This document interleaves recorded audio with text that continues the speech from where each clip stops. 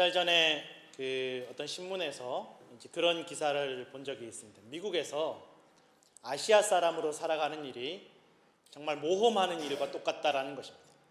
이게 좀 쉽지 않다라는 거예요. 언제 어디서 무슨 일이 생길지 모르고 어려움이 위험이 곳곳에서 도사리고 있는, 정말 이 미국에서 아시아 사람으로 살아가는 것이, 아시아 인종으로 살아가는 것이 너무너무 힘든 일이다라는 것입니다. 이 아시아 사람들이 백인이나 흑인이나 또 히스패닉에 비해서 숫자도 작고 또 언어나 문화가 많이 달라서 또 인종차별이나 증오범죄의 표적이 되는데, 특별히 이제 힘이 없고 약하고 영어를 못해서 제대로 이렇게 대항하지 못하는 특별히 아시아 여성들 또 노인들이 가장 만만한 인종차별의 대상이, 또 타겟이 된다라는 것입니다. 생판 모르는 사람이 그냥 단지 아시아인이란 이유만으로 지나가다 갑자기 욕설을 하거나 침을 뱉거나 심지어는 전철역에서 밀어서 떨어뜨리기도 하고 마구 때리고 흉기를 휘둘러서 살인까지 발생하는 일들이 너무 많더라는 것입니다. 특별히 코로나가 시작된 이후에 이런 현상들이 더 심해졌다라는 것입니다. 근데 한편으로 이 기사가 말하기를, 이렇게 아시아 사람들을 차별하고 폭행하고 증오하고 또 인종차별을 하는 사건들을 분석해 보니까 대부분 흑인들이 주로 아시아 사람들에 대한 증오가 크더라는 것입니다. 생각해 보면 흑인들만큼 이렇게 세계 역사 속에서 차별을 받아온 민족이 없고 서러움을 받은 민족이 없는데, 오히려 차별받는 서러움 또 공격받는 그 고통과 아픔을 누구보다 잘 아는 흑인들이 어떻게 남을 이렇게 다른 민족을, 다른 인종을 이렇게 차별하고 공격하고 미워할 수 있을까라고 이 기사에서 쓰고 있다는 것입니다. 이게 얼마나 부도덕한 일인지 가장 잘 알 수밖에 없는 사람들이 오히려 백인들보다 더 동양 사람들을, 아시아 사람들을 차별하더라는 것입니다. 이렇게 흑인들이 한편에서 아시아 사람들 차별하는데 반대쪽에서는 흑인들의 생명도 소중하다라는 그런 시위가, 운동이 벌어지고 있는 것이, 이게 참 이해할 수 없는 아이러니라는 것입니다. 미국의 정신의학자 부부가 연구를 했는데, 사람들이 다른 사람에게 이렇게 분노하고 분노를 표현하는 그런 방식들에 크게 세 가지 방식들이 있다는 것입니다. 보복, 복수, 화풀이라는 것입니다. 보복은 내가 공격당하고 상처를 입으면 그 자리에서 바로 갚아주는 것을 말한다는 것입니다. 그 자리에서 바로 갚아주는 것이 보복이라는 것입니다. 복수는 그 자리에서 바로 갚아주는 것이 아니라 마음에 되새기고 있다가 적절한 기회가 왔을 때 갚아주는 것이 복수라는 것입니다. 그리고 마지막으로 화풀이는 내가 받은 그 고통을 준 상대에게 갚아주는 것이 아니라 전혀 상관없는 엉뚱한 사람에게 갚아주는 행동이 바로 화풀이더라는 것입니다. 직장에서 윗사람에게 혼난 이후에 오히려 부하에게 큰 소리 치고 부하에게 화풀이하는 경우, 또 시어머니한테 싫은 소리 듣고 괜히 애꿎은 강아지 옆구리를 드립다 차버리는 것이 화풀이라는 것입니다. 엉뚱한 사람에게, 엉뚱한 존재에게 분노를 표현하는 것이 화풀이라는 것입니다. 그런데 이렇게 누군가에게 화풀이를 하는 사람들이 대부분 다 피해자였다라는 것입니다. 나보다 약한 누군가에게 화풀이를 하면서 나는 호구가 아니다, 나는 약자가 아니다라는 것을 증명하고 싶어하는 그 마음들이 사람들에게 있다라는 것입니다. 그리고 그게 사람들의 생존 본능이다라는 것입니다. 실제로 의학자들이 조사를 해보니까 사람이나 동물이나 자신이 속한 사회에서 다른 사람들에게 핍박을 받고 또 공격을 받고 차별을 받거나 또 충돌이 있을 때 혈압이 올라가고 스트레스 호르몬이 엄청나게 분비가 되더라는 것입니다. 그런데 이것을 나보다 약해 보이는 누군가에게, 만만한 사람에게, 만만한 존재에게 화풀이를 하게 되면 혈압이 떨어지고 스트레스가 가라앉더라는 것입니다. 그러니까 이런 현상 때문에라도 이 화풀이가 끝나지 않더라는 것입니다. 코로나처럼 전염이 되고 악순환이 된다는 것입니다. 특히 이런 화풀이의 대상이 주로 약한 아이들에게 많이 가더라는 것입니다. 그럼 이 아이들이 화풀이의 대상이 되면 겁에 질리고 불안정한 정서를 가진 그런 어른으로 자라게 되고, 이 피해자가 자라서 또 다른 가해자가 되어서 이 화풀이의 악순환이 계속 된다는 것입니다. 인종차별, 증오범죄, 테러, 전쟁, 온갖 폭력 사태의 뒤에는 이런 화풀이가 악순환되는 그런 결과가 있더라는 것입니다. 어떤 경우에는 나보다 만만한 사람을, 나보다 만만한 약자를 찾을 수 없으면 가장 약한 존재인 나 자신에게, 내 생명에게 화풀이를 하는 경우도 있다라는 것입니다. 상식적으로 생각해 보면 사람들이 내가 고통을 겪고 내가 공격을 받고 억울한 일을 당하면, 아픔을 당하면 내가 그걸 잘 아니까, 억울한 일이 생기면 어떤 일인지를 잘 아니까 내 선에서 끝내고 다른 사람에게는 하지 않아야 되는데 오히려 다른 사람에게 다 화풀이를 하게 되더라는 것입니다. 그래서 이렇게 앞에서 말한 이 정신의학자 부부가 이 화풀이의 악순환을 어떻게 끝낼 수 있을까라고 연구를 하다가 이 테러범 예를 들더라는 것입니다. 이 테러범들이 정말 미친 사람들이고 악의 화신들이라고 생각하기는 너무너무 쉽지만 그 사람들이, 이 테러범들조차도 한때는 피해자이고 억울한 사람들이고 분노와 굴욕감과 고통받는 사람들이었다라는 것을, 그런 생각을 하게 되면 아마도 이 문제를 해결할 수 있지 않을까라고 이렇게 의견을 밝혔다라는 것입니다. 오늘 본문 말씀은 사실은 18장 1절부터 시작된 사건이고 이야기입니다. 예수님의 제자들이 천국에서 누가 도대체 크냐, 누가 더 대단한 사람이냐, 누가 천국에서 하나님 나라에서 인정받는 사람이냐라고 토론을 하고 있었습니다. 일반적으로 세상의 관심은 다른 사람과 비교해서 더 잘 사는 사람, 높은 사람, 더 강한 사람을 인정해 주는 것이 이 세상의 기준이라는 것입니다. 이 제자들은 이 땅에서는 인정받지 못하고 손가락질 받고 배우지 못하고 가지지 못한 사람들, 이 사람들이 제자들이었는데, 이 제자들은 이 땅에서 나라를 잃고 식민 지배를 받고 있으며 특별히 다른 사람들에게 멸시천대 받던 사람들이 제자들이었습니다. 예수님의 제자들이었습니다. 예수님 제자 중에 의사도 있지 않았습니까? 라고 말을 하는데 오늘날 의사를 생각하시면 안 됩니다. 예수님 당시의 의사는 가장 천한 직업들 중에 하나였다라는 것입니다. 그러니 이 예수님의 제자들은 배우지 못하고 가지지 못해서 또 핍박받고 멸시천대받아서 서러움과 한이 맺혀 있는 사람들입니다. 그래서 예수님 따라다니면서 예수님 주위로 사람들도 많이 모이고 예수님이 자꾸 이제 하나님 나라가 올 것이다, 하나님 나라가 임하였다라고 말을 하니까 이 생각을 하기를, 예수님께서 왕이 되셔서 이 로마를 물리치고 이제 완전히 새로운 세상을 가지고 오시겠구나. 예수님이 왕이 되시면 이 로마를 물리치고 이 새로운 세상이 오면 우리도 예수님 옆에서 한자리 하겠구나. 이제 사람들에게 손가락질 받지 않고 대접받겠구나. 이제 인정받겠구나. 이 멸시천대 서러움을 다 갚아주시겠구나 라고 생각을 했다라는 것입니다. 예수님 제자들뿐만 아니라 수많은 예수님을 따라다닌 다른 사람들도 비슷한 생각을 했다라는 것입니다. 우리가 이렇게 예수님 따라다니면서 수고하고 또 가깝게 지내니까 예수님께서 왕이 되시고 이 땅에 나라를 세우면, 로마를 물리치면 우리도 이제는 인정받고 대접받고 부귀영화를 누리겠구나 라고 생각을 했다라는 것입니다. 그러면서 자기들끼리 누가 더 높은 자리에 갈 거냐라고 토론을 하고 있었다라는 것입니다. 그런데 이 예수님을 따라다니는 제자들과 사람들 중에 예수님 말씀을 잘 들어보니까 이상한 거예요. 예수님이 자꾸 이 땅에서 누리는 부귀영화에 대해서 말씀하시는 것이 아니라 자꾸 이제 예수님이 고난당하는 이야기를 하시고 낮아지라는 이야기를 하니까 눈치 빠른 사람들은, 눈치 빠른 제자들은 일찌감치 다 떠나버리는 거예요. 예수님 옆에 있다가 괜히 우리가 날벼락 맞겠다, 예수님이 우리가 생각하는 그런 복과 은혜를 주시지 않겠다라고 싶어서 제자들도 많이 떠나고 사람들도 많이 떠났다라는 것입니다. 요한복음에 보면 예수님께서 제자들에게 너희도 떠나겠느냐라고 물어보십니다. 너희도 가려느냐?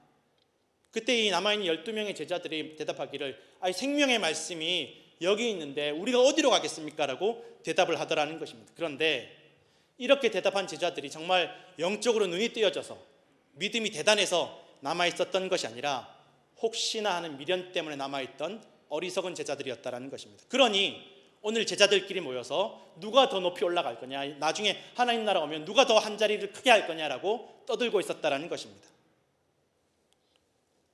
그때 예수님께서 제자들에게 말씀하시면서 누가 더 높은지에 대해서 말씀해 주십니다. 오늘 이제 18장 1절부터 오늘 본문까지 이어지는 이 말씀 속에 다 나와 있다는 것입니다. 너희가 어린아이들과 같이 자기를 낮추는 사람이 천국에서 큰 사람이다라고 말씀해 주십니다.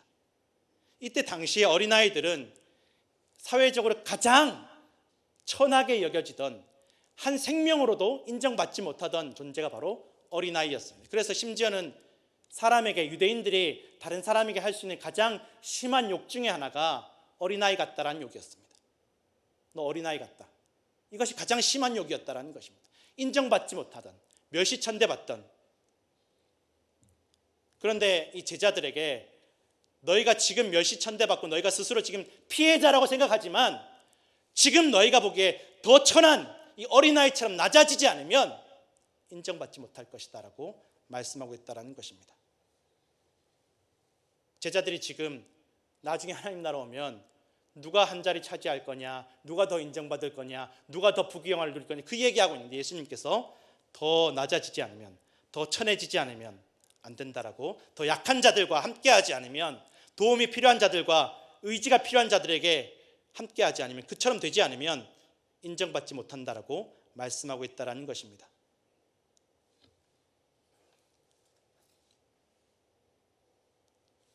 내가 무시받고 멸시천대받는 것을 해결해 주시는 것이 아니라 더 대접받지 못하고 더 인정받지 못하는 어린아이 하나라도 업신여기거나 무시하고 시험 들게 하는 것이 죄라고 말씀하고 있다는 것입니다.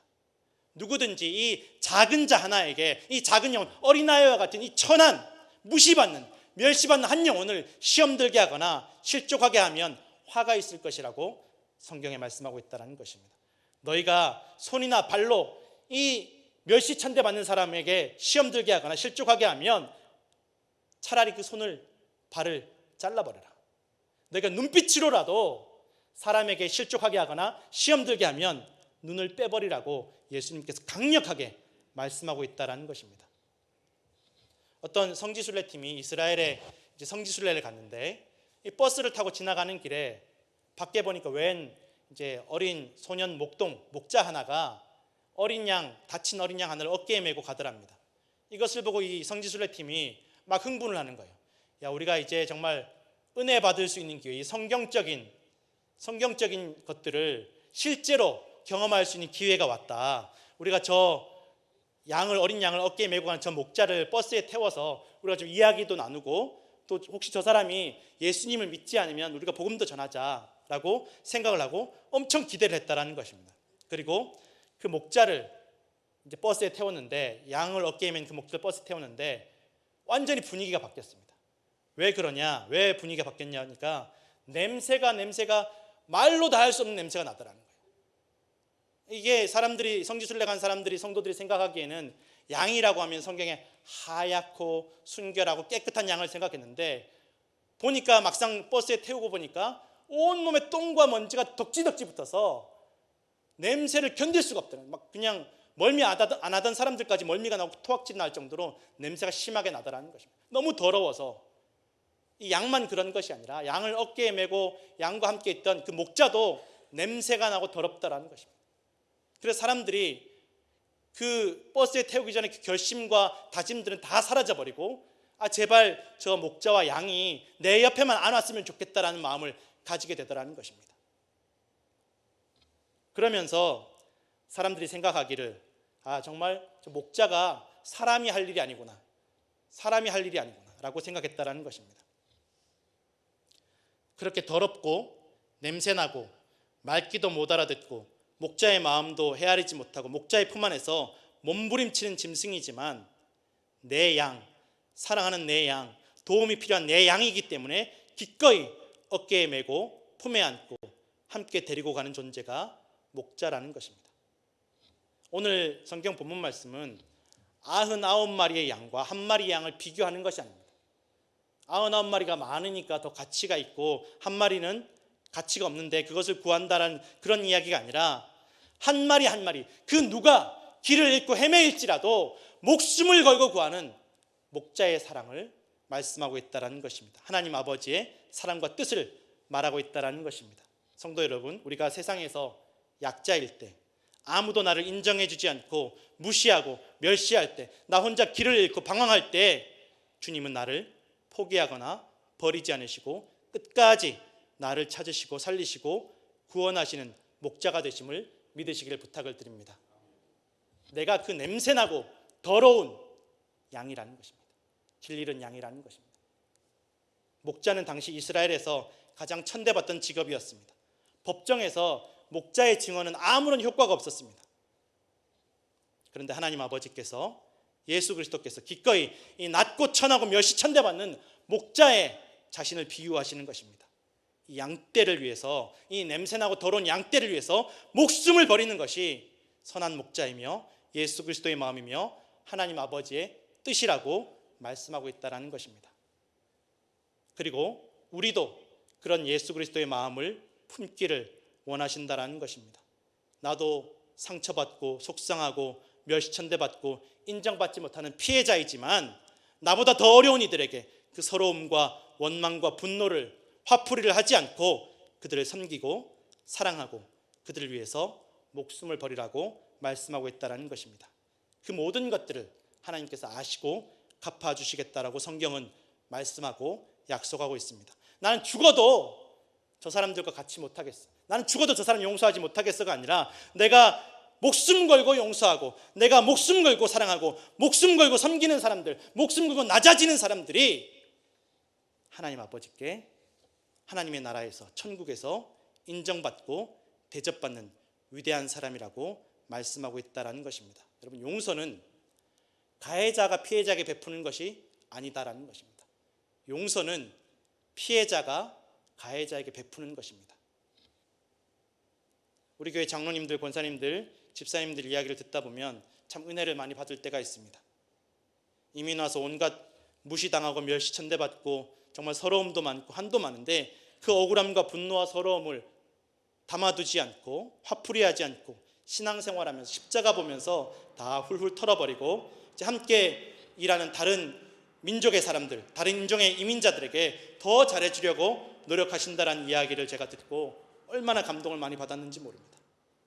세상적으로 성공하고 부귀 영화를 누리는 사람들을 보면서 그 사람들 부러워하는 게 아니라, 그런 목표를 가진 것이 아니라 지금 더 어려운 사람들 돕기 위해서 기도하고 애써 오셨다는 것입니다. 이 초대교회 40년간 어려운 일들도 많았지만 이 도미니카 선교를 통해서 배우지 못한 아이들 공부를 가르치고 또 복음을 전하면서 또 히스패닉 노동자들에게 새벽 기도 후에 무료 급식 봉사를 하면서 나도 어렵고 서럽지만 바쁘고 힘들지만 더 어렵고 서러운 이들을 위해서 기도하고 섬기신 이야기들을 들을 때마다 제가 마음이 참 숙연해지고 겸손해지는 것을 많이 느꼈습니다. 지금 코로나로 힘들고 어려운 시절에도 교회를 위해서 섬기고 희생하시는 성도님들을 통해서 은혜를 많이 받고 있습니다. 알게 모르게 부탁드리지 않았지만 필요한 곳에 자원해서 섬기시고 봉사하시는 분들이 얼마나 많이 있는지 모릅니다. 다 형편이 되어서 여유가 있어서 그렇게 섬기시는 것이 아니더라는 것입니다. 다 너무 힘들고 지금 당장 어떻게 될지 모르는, 한치 앞을 모르는 힘든 상황 속에서도 섬기고 헌신하시더라는 것입니다. 하나님께서 이분들을 기뻐하시겠구나, 하나님의 뜻이 여기에 있구나라는 것을 제가 깨달을 때가 참 많이 있었다라는 것입니다. 이 시간 잠깐 우리 찬양 한 곡 들을 텐데 아시는 분들은 함께 불러주시면 감사하겠습니다.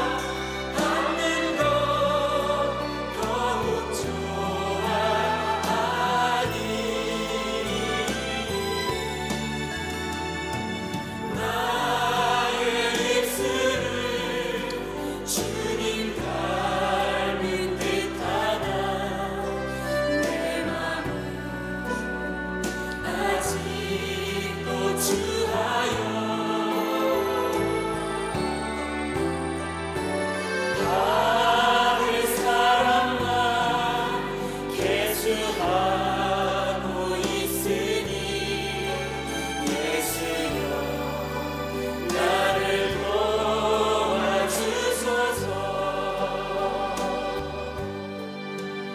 예수여 나를 도와주소서.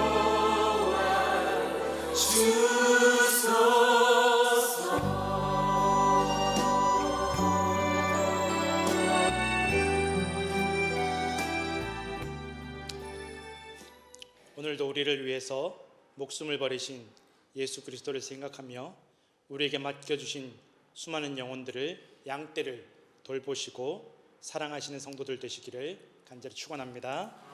기도하겠습니다.